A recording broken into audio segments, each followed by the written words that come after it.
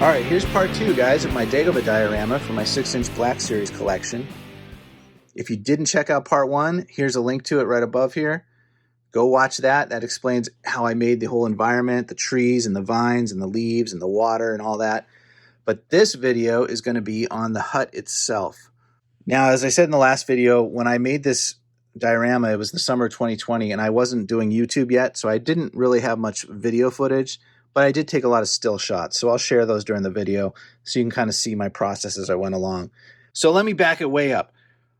I'm part of a great Facebook group for Star Wars fans who are creators and make dioramas and custom figures and everything. You've probably heard me talk about that group before. I love the group, and I highly recommend the group to anyone who's interested in this kind of stuff. I'll put a link in the description below. But in that group is where I first learned about custom figures and where I first learned how to make dioramas. And one of the group admins is Ellie Spry. You can find his work online. You can also find him at Outer Rim Traders. But Ellie had done one of these hut kits, and he had showed that off in the group, and that just captured my imagination. I was totally inspired and on board. I wanted to do it myself. So basically, looking at his pictures and asking him some questions is how I got started on this diorama. It turns out there's a model kit that was made in the early to mid 1990s, which is in a 1/10 scale Yoda's hut, and that model kit is the base for this. I found mine on eBay, I think for $25 or $30 or so. I'm not sure what the price is now, but it wasn't that hard to source the kit. What's great about this kit is it's big enough so that you can put Black Series figures in it. It comes with the 2 figures, which basically I didn't use. It does come with some accessories, some of these containers from Luke's X-Wing, and it comes with all these cool snakes, which I painted up for the diorama, of course. Also comes with a couple pots and pans for Yoda to hold. When 900 years old you reach, look as good you will not.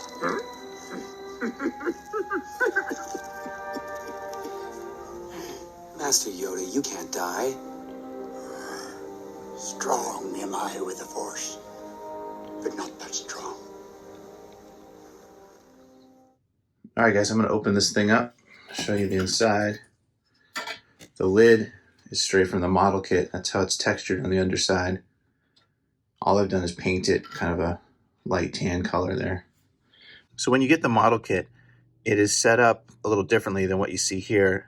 The little table stump piece is in the middle of the room. There's no fireplace, and the archways in the back are really, really short, like only an inch tall or so. There's 2 main things that you need to cut out on the model kit. First, you need to cut out the floor so you can basically enlarge the floor space and get that stump out of the middle of the room. And secondly, you need to cut the archways so they're a little bit higher. It makes it a little more in scale with the Black Series figures. The plastic in the model kit is really hard, so you'll need a Dremel tool to cut that out. I have a photo here showing the floor cut out and how I was just kind of laying out the figures to get a sense of size and placement of everything. And what I ended up doing is moving that table from the middle of the room over to the left side there and then adding a fireplace. I spent a lot of time looking at the reference photos and screen captures from Empire Strikes Back and Return of the Jedi, as well as some of the books I have. So you kind of got to make some compromises and do your best.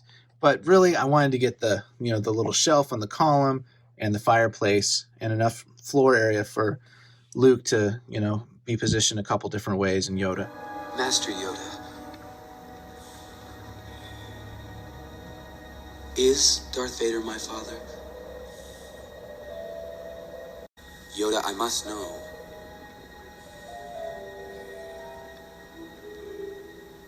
Your father he is.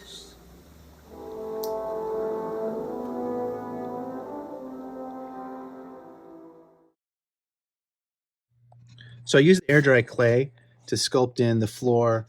Here is the stump piece that used to be in the middle of the model kit. I moved it over here to the edge. I built a fireplace in here. There's actually a little tealight candle in there, which I can turn on.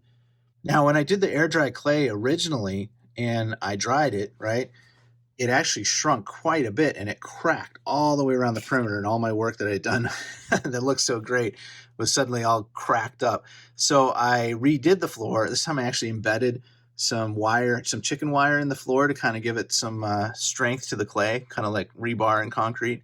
After it dried, I used Apoxie Sculpt which is a 2-part epoxy clay, which is a great product. You guys got to get some of that for if you're doing any customs or anything. But I use the epoxy clay to smooth out the perimeter and the transitions and everything, and do the kind of the fine details of the sculpting. And that stuff dries hard and is just really resilient, good material. Now for the fireplace, I had a flickering battery-powered tealight candle. So it's about 1 inch in diameter or so. So I sculpted the clay so that tealight candle could be put in from underneath. I actually have an access hole in the bottom of this whole diorama where I can slide the diorama out the shelf and get underneath it and change the batteries or take out that tealight completely. I painted the tealight candle black. I left the actual lens of the tealight candle white. You can kind of see it in there amidst the flames, because when it turns on, it's a yellow colored LED that's in there. I used pieces of hot glue carved and cut into the shape of flames and glued those on with super glue around the light bulb for the tealight and painted those orange and red. So when you turn on, you get the flicker of the light, plus you get some of the more pronounced flames from the hot glue. It looks pretty good. So after the interior is sculpted, it's basically just painting it, kind of at a light brown tan interior. Use some black around the fire pit to kind of show some soot type effects there. And that's pretty much it for the interior. There's not a lot to it. The fireplace here, those are just wooden toothpicks set with a little bit of super glue to make a grill area for the fireplace. These little cups and bowls came with the model kit, so I painted those up, painted some different pieces of moss and things. Again, credit to Ellie Spry and others who have done projects like this with this model kit. There's some great build examples out there you can find online to give you some other ideas of how you can do this interior. But overall, I was really happy with it. It came together really well. I used basic acrylic paints for everything, nothing complicated, nothing expensive, just some trial and error with the sculpting. Remember, the Jedi strength flows from the Force.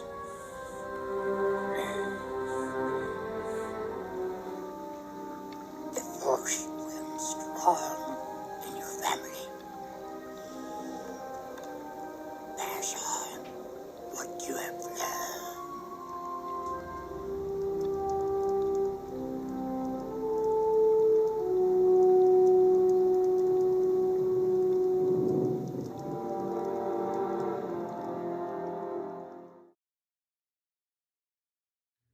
All right, guys. Well, thanks for watching. Appreciate you sticking around this long. Hit the like button for me if you enjoyed this video, and please share it around. I'd love other people to check out my stuff. Hopefully this gives you some inspiration to go and be creative yourself, build something cool for your own display. Appreciate you guys watching. I appreciate the support on the channel, and I'll end it there. Thanks a lot, guys. May the Force be with you. Bye.